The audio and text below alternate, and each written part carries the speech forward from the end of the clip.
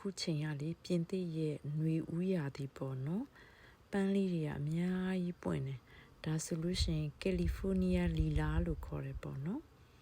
မယမ်းရောင်လေးတွေမှာအဆုပ်လိုက်လေးပွင့်တာပြားလေးတွေဆိုရင်လည်းအများကြီးလာတယ်ပေါ့နော်ပြားတွေကသူကမယမ်းပြာရောင်လေးတွေတို့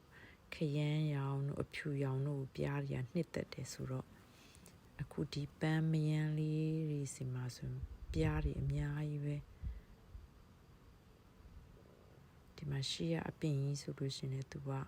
လူတရက်ကျော်တယ်ပေါ့နော်အုံကြီးအကြီးကြီးပဲသူကတိတ်ပြုစုစရာမလိုဘူးဒီ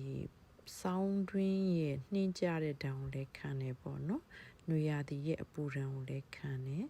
။ပန်းရနံလေးကတော့တစ်ချံလုံးကိုမှုေးနေတာပဲသူတို့ပွင့်နေတဲ့အချိန်ဆိုရင်လေအရန်လှတဲ့ပန်းလေးပါ။